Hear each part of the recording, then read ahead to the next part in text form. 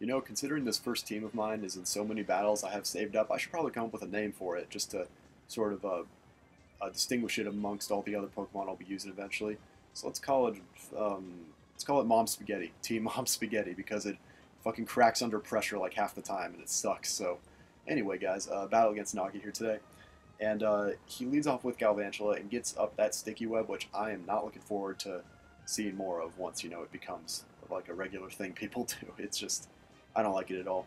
It terrifies me. So I get up rocks fortunately, and he just full switches out of there, knowing that he can't really do much to me. And he brings an Excadrill, hoping to hit me hard with an Earthquake probably, and that should be the case. Except I go for the Stone Edge, I'm able to break his balloon, and now I know that I can live any hit that he deals to me, especially Rapid Spin. That's like on the top of the list of things that Tyranitar can live are Rapid Spins. So I just am able to hit him with the Earthquake. I guess getting Stealth Rocks out of there was more valuable to him than like doing damage to me. So he brings in a Kingdra now, and he goes for Focus Energy. And then at this point, I actually didn't know the crit changes that were made to the game, like how the mechanics change for critical hits.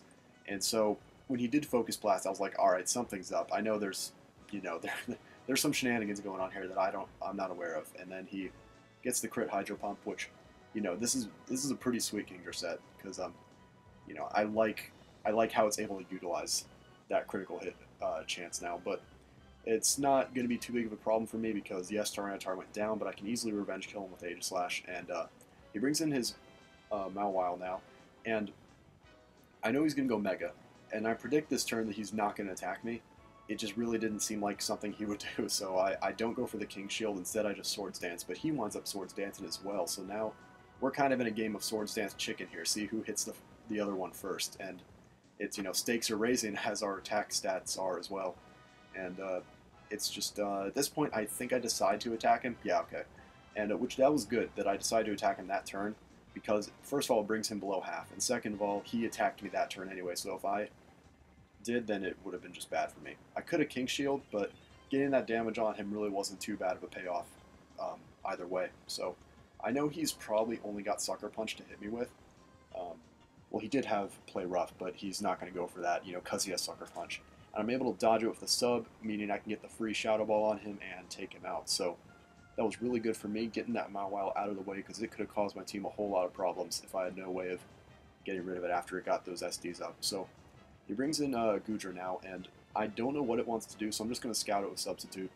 And he winds up just going for the Dragon Pulse, so I really can't do anything to him.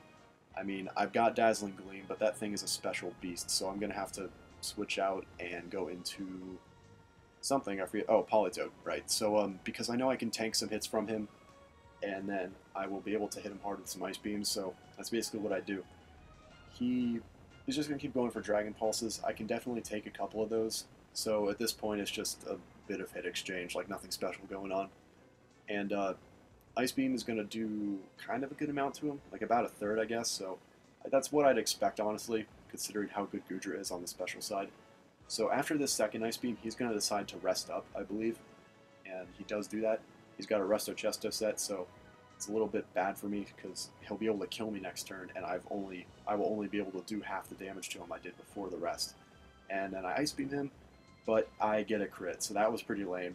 I mean, it kind of sucked because it means he all that effort he put in to try and take out Politoed and minimize the damage he took was for nothing. But now he brings in Rotom, and at this point I'm just going to fodder Politoed because I have plenty of things to deal with Rotom, and what I don't have though is something I can safely switch into whatever he's going to use. So he brings in Cannibal now, and his fucking Galvantula, yes, and he goes for the Volt Switch on Dragonite, which I'm okay with because I'm just going to Dragon Dance on the Switch, knowing that Multiscale will help me, buffer any hit that he could be using against me. So now I've got a DD up, just going to go for the Outrage, and it's looking like a bit of a sweep here at this point. I don't really think he has anything that can take an Outrage from Dragonite. In fact, I know he doesn't. And oh yeah, his Scooter's shiny. I forgot to mention that. Nagi has so many shiny Pokemon, it's ridiculous. He just gets such insane luck at this game. But that was just a side note. So he goes down, and I actually get the 2-turn Outrage, which wound up being pretty bad for me. And I use up my Lumberry on the Confusion, and here's why it was bad. Because he brings in Galvantula, and he called the pair of hacks on this Thunder. And if I only had the 2-turn outrage, if I had the 3-turn outrage, I mean, then I could have had the Lumberry to cure me of paralysis there and killed him with outrage. But instead, he's able to get the paralysis and the pair of hacks, and then I died to Thunder. And now I'm like, oh wait, shit, is this guy eventually gonna come back? And like, oh crap, Sludge Bomb didn't kill him. Oh crap, Thunder killed me. Oh no, dude, this is so close now.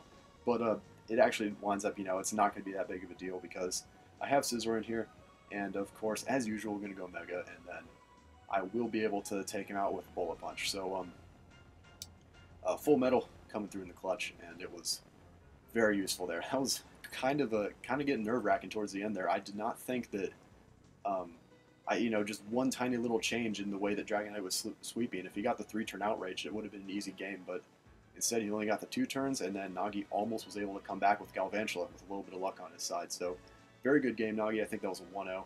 And yeah, guys, comment.